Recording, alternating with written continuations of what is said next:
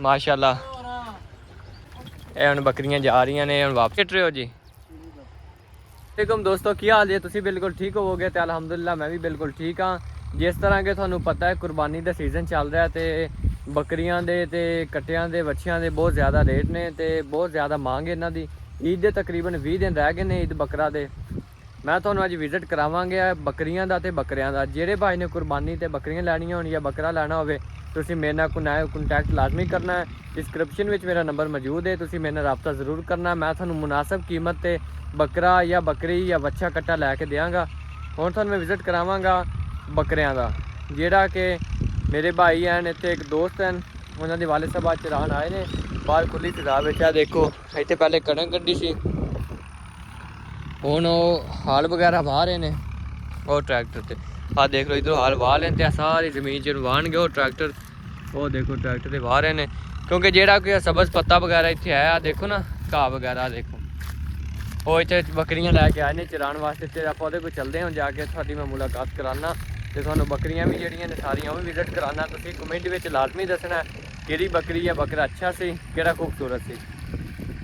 ਇੱਥੇ ਆ ਗਈਆਂ ਨੇ ਬੱਕਰੀਆਂ, ਉਹ ਦੇਖੋ ਜੀ ਉਹ ਬੱਕਰੀਆਂ ਨੇ। ਹੁਣ ਜਾ ਕੇ ਮੈਂ ਸਾਰਾ ਵਿਜ਼ਿਟ ਕਰਾਨਾ। ਉਹ ਦੇਖੋ ਜੀ ਬੱਕਰੀਆਂ ਲੈ ਕੇ ਜਾ ਰਹੇ ਨੇ ਤੇ ਤੁਹਾਨੂੰ ਮੈਂ ਸਾਰਾ ਵਿਜ਼ਿਟ ਕਰਾਨਾ ਬੱਕਰੀਆਂ ਦਾ। ਦੇਖੋ ਜੀ ਇਹ ਕੁਰਬਾਨੀ ਵਾਸਤੇ ਮਾਲ ਹੈ। ਜਿਹੜੇ ਦੋਸਤ ਆਪ ਨੇ ਕੁਰਬਾਨੀ ਵਾਸਤੇ ਕੋਈ ਬੱਕਰਾ ਜਾਂ ਬੱਕਰੀ ਲੈਣੀ ਹੈ ਤੁਸੀਂ ਸਾਡੇ ਨਾਲ ਰਾਬਤਾ ਲਾਜ਼ਮੀ ਕਰਨਾ। ਇਹ ਦੇਖ ਲਓ ਜੀ ਬਜ਼ੁਰਗਾਂ ਨਾਲ ਬਾਕੀ ਜਾ ਕੇ ਸਾਡੀ ਲਾਜ਼ਮੀ ਗੱਲ ਕਰਾਉਂਦੇ ਹਾਂ ਵੀ ਕਿੰਨੇ ਦਾ ਸਾਨੂੰ ਬੱਕਰਾ ਮਿਲੇਗਾ ਤੇ ਕੀ ਰੇਟ ਹੈ। ਤੇ ਸਾਨੂੰ ਇਹ ਦੇਖ ਲਓ ਜੀ ਬੱਕਰੀਆਂ ਜਾ ਰਹੀਆਂ ਨੇ ਮਾਸ਼ਾਅੱਲਾ, ਬਹੁਤ ਪਿਆਰੀਆਂ ਨੇ। ਕੁਰਬਾਨੀ ਵਾਸਤੇ ਮਾਲ ਤਿਆਰ ਹੈ ਤੇ ਆਪਾਂ ਬਜ਼ੁਰਗਾਂ ਨੂੰ ਪੁੱਛ ਲੈਂਦੇ ਹਾਂ। अस्सलाम वालेकुम बाबा जी। वालेकुम सलाम। ਕੀ ਹਾਲ ਨੇ ਜੀ? ਇਹ ਜੀ ਕੁਰਬਾਨੀ ਵਾਸਤੇ ਮਾਲ ਬਿਲਕੁਲ ਤਿਆਰ ਹੈ ਤੇ ਅਗਰ ਆਪਾਂ ਨੂੰ ਬੱਕਰਾ ਕੋਈ ਚਾਹੀਦਾ ਹੋਏਗਾ ਤੇ ਉਹਦਾ ਕੀ ਹਿਸਾਬ ਕਿਤਾਬ ਹੈ ਤੇ ਕਿੰਨੇ ਵਜ਼ਨ ਦਾ ਕਿੰਨੇ ਦਾ ਜ਼ਰਾ ਦੱਸ ਦਿਓ।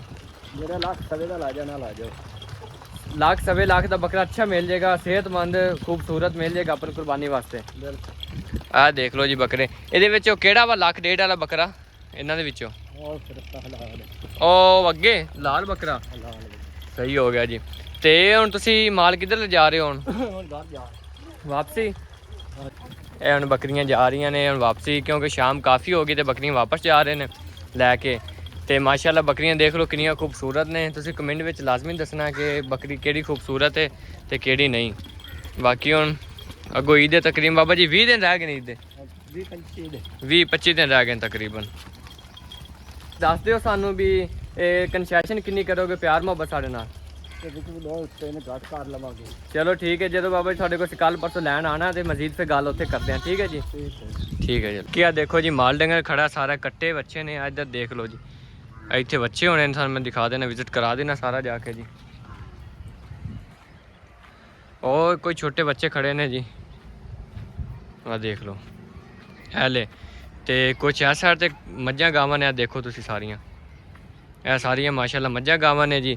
ਇੱਥੋਂ ਅਗਰ ਕਿਸੇ ਦੋਸਤ ਨੇ ਲੈਣਾ ਹੋਵੇ ਤਾਂ ਸਾਨੂੰ ਰਾਬਤਾ ਕਰਨਾ ਲਾਜ਼ਮੀ। ਆ ਦੇਖ ਲਓ ਜੀ ਮੱਝ ਮਾਸ਼ਾਅੱਲਾ ਬਹੁਤ ਪਿਆਰੀ ਮੱਝ ਬੈਠੀ ਹੋਈ ਹੈ। ਤੁਹਾਨੂੰ ਅੱਜ ਬੱਕਰੀਆਂ ਦਾ ਵਿਜ਼ਿਟ ਕਰਾ ਦਿੰਦੇ ਹਾਂ ਜੀ। ਤੁਹਾਨੂੰ ਬਿਹਤਰੀਨ ਬੱਕਰੀਆਂ ਤੇ ਉਹਨਾਂ ਦੇ ਨਾਲ ਨਾਲ ਜੋ ਤੁਹਾਨੂੰ ਛੋਟੇ ਉਹਨਾਂ ਦੇ ਬੱਚੇ ਵਗੈਰਾ ਨੇ ਉਹ ਵੀ ਤੁਹਾਨੂੰ ਵਿਜ਼ਿਟ ਕਰਾ ਦਿੰਦੇ ਹਾਂ। ਦੇਖੋ ਜੀ ਮਾਸ਼ਾਅੱਲਾ ਕੁਰਬਾਨੀ ਵਾਸਤੇ ਮਾਲ ਅਵੇਲੇਬਲ ਹੈ ਆਪਣੇ ਕੋਲ ਸਾਰਾ ਖੜਾ ਮਾਲ। ਕਿਸੇ ਬਾਈ ਨੇ ਜ਼ਰੂਰਤ ਹੋਵੇ ਸਾਨੂੰ ਰਾਬਤਾ ਲਾਜ਼ਮੀ ਕਰਨਾ ਹੈ। देखो जी एक लैदा बने हुआ है, यानी यह भी कुर्बानी वास्ते बिल्कुल रेडी है, तैयार है। यह देख लो तुसी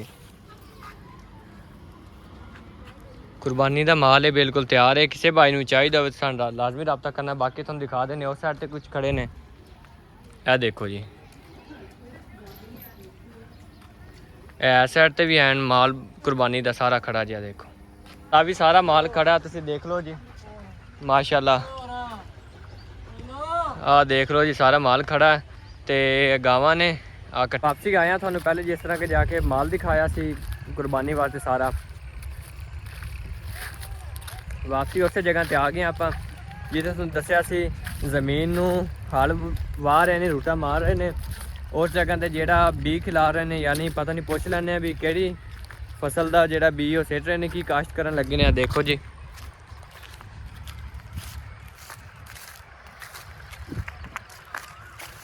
ਉਹ ट्रैक्टर है जी, इतने रूटा शूटा मार के चले गए अगे जी। हुण उत्थों वापसी आएगा। मैं देखो ਰੂਟਾ ਮਾਰਿਆ ਹੋਇਆ ਸਾਰਾ। ਇਹ ਉੱਤੇ ਬੀ ਵੀ ਹੈ, ਦੇਖ ਲੈਣੇ ਕਿਹੜਾ ਬੀ ਇਹਨਾਂ ਨੇ ਸਿੱਟਿਆ ਜੀ। ਇਹ ਦੇਖੋ ਇੱਥੇ ਰੂਟਾ ਮਾਰ ਕੇ ਚਲੇ ਗਏ ਨੇ। ਨਰਮ ਜਗ੍ਹਾ ਪਈ ਹੈ ਥੱਲੇ, ਬਿਲਕੁਲ ਹੀ ਨਰਮ ਹੈ। ਉਹ ਬੀ ਭਾਈ ਸਿੱਟ ਰਹੇ ਨੇ, ਉਹ ਦੇਖੋ ਤੁਸੀਂ। ਹੁਣ ਆਉਂਦੇ ਨੇ ਵਾਪਸ, ਉਹਨਾਂ ਨੂੰ ਪੁੱਛ ਲੈਂਦੇ ਆ ਵੀ ਤੁਸੀਂ ਕੀ ਬੀਜ ਰਹੇ ਹੋ। ਮੈਨੂੰ ਲੱਗਦਾ ਹੈ ਵੀ ਇਹ ਸਰੋਂ ਦਾ ਬੀਜ ਹੈ, ਕਿਉਂਕਿ ਬਹੁਤ ਬਰੀਕ ਹੈ, ਨਜ਼ਰ ਨਹੀਂ ਆ ਰਿਹਾ। ਦੇਖੋ ਨਾ ਤੁਸੀਂ ਵੀ ਆ ਪਹਿਲੇ ਕਣਕ ਵਾਲਾ ਯਾਨੀ ਗੰਦਮ ਦੇ ਦਾਣੇ ਸੀ ਨਾ, ਇੱਥੇ ਆ ਗੰਦਮ ਦੇ ਦਾਣੇ ਨੇ। ਲੇਕਿਨ ਇਹਨਾਂ ਜਿਹੜਾ ਹੁਣ ਵੀ ਪਾਇਆ ਉਹ ਨਹੀਂ ਪਤਾ ਚੱਲ ਰਿਹਾ ਕਿਹੜਾ। ਆ ਜਾਂਦੇ ਨੇ, ਆਪਾਂ ਪੁੱਛ ਲੈਂਦੇ ਹਾਂ ਮਜ਼ੀਦ। ਬਾਕੀ ਕਾफ़ੀ ਸ਼ਾਮ ਵੀ ਹੋ ਗਿਆ, ਦੇਖ ਲਓ ਤੁਸੀਂ। ਤੇ ਬੱਦਲ ਵੀ ਹੈ, ਮੌਸਮ ਵੀ ਠੰਡਾ ਮਿੱਠਾ ਬਣਿਆ ਹੋਇਆ। ਤੇ ਉਹ ਆ ਰਹੇ ਨੇ, ਇਹਨਾਂ ਕੋਲ ਪੁੱਛ ਲੈਂਦੇ ਹਾਂ ਭਾਈ ਕਿਹੜਾ ਬੀਜ ਸਿੱਟ ਰਹੇ ਹੋ ਤੁਸੀਂ। ਉਹ ਸਾਹਮਣੇ ਆ ਰਹੇ ਨੇ ਭਾਈ ਆ ਗਏ ਨੇ, ਆਪਾਂ ਇਹਨਾਂ ਕੋਲ ਪੁੱਛ ਲੈਂਦੇ ਕਿਹੜਾ ਬੀਜ ਸਿੱਟ ਰਹੇ ਹੋ।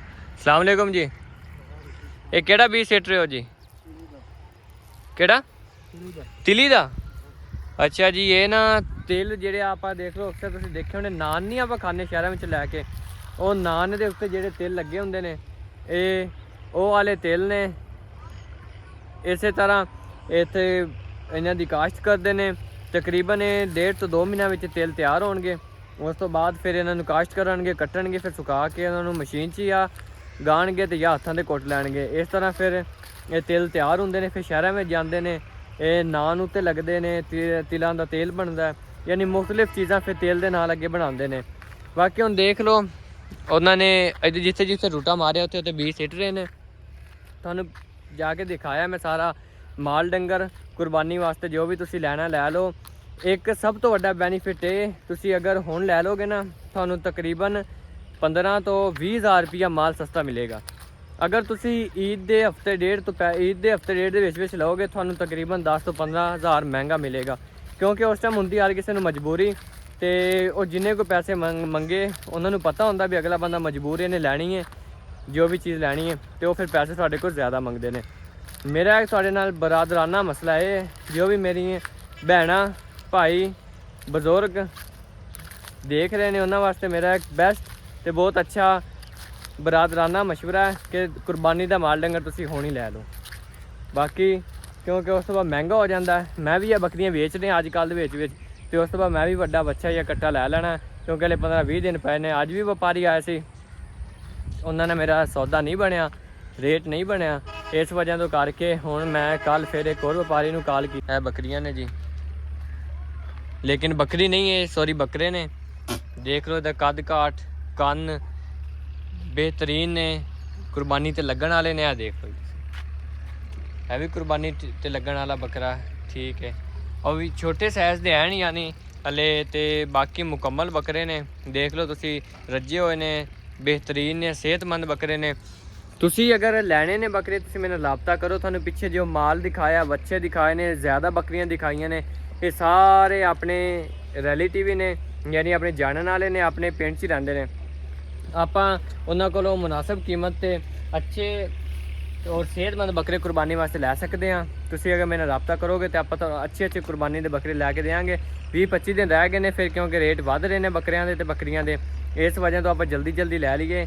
ਮੈਂ ਇਹ ਸੇਲ ਕਰਕੇ ਵੱਡਾ ਇੱਕ ਬੱਚਾ ਲੈਣਾ ਜਾਂ ਕੱਟਾ ਲੈਣਾ, ਇਸੇ ਵਜ੍ਹਾ ਤੋਂ ਮੈਂ ਵੀ ਸੇਲ ਕਰ ਰਿਹਾ, ਤੇ ਹੋਰ ਲੈਣੇ ਆ ਫਿਰ ਅੱਗੇ ਮਹਿੰਗੇ ਹੋ ਜਾਣਗੇ। ਬਾਕੀ ਤੁਸੀਂ ਮੇਰੀ ਵੀਡੀਓ ਦੇਖਿਆ ਕਰੋ, ਅੱਛੇ ਕਮੈਂਟ ਕੀਤਾ ਕਰੋ, ਤੇ ਬਾਕੀ ਤੁਹਾਡੀ ਪਹਿਲੇ ਵੀ ਬਹੁਤ ਮੁਹੱਬਤ ਹੈ, ਮਜ਼ੀਦ ਮੁਹੱਬਤ ਤੁਸੀਂ ਕਰਦੇ ਹੋ। ਮੇਰੇ ਚੈਨਲ ਨੂੰ ਸਬਸਕ੍ਰਾਈਬ ਲਾਜ਼ਮੀ ਕਰ ਦਿੱਤਾ ਕਰੋ। ਠੀਕ ਹੈ ਜੀ, ਮਿਲਦੇ ਆ ਨੈਕਸਟ ਵੀਡੀਓ ਵਿੱਚ। ਅੱਲਾ ਹਾਫਿਜ਼।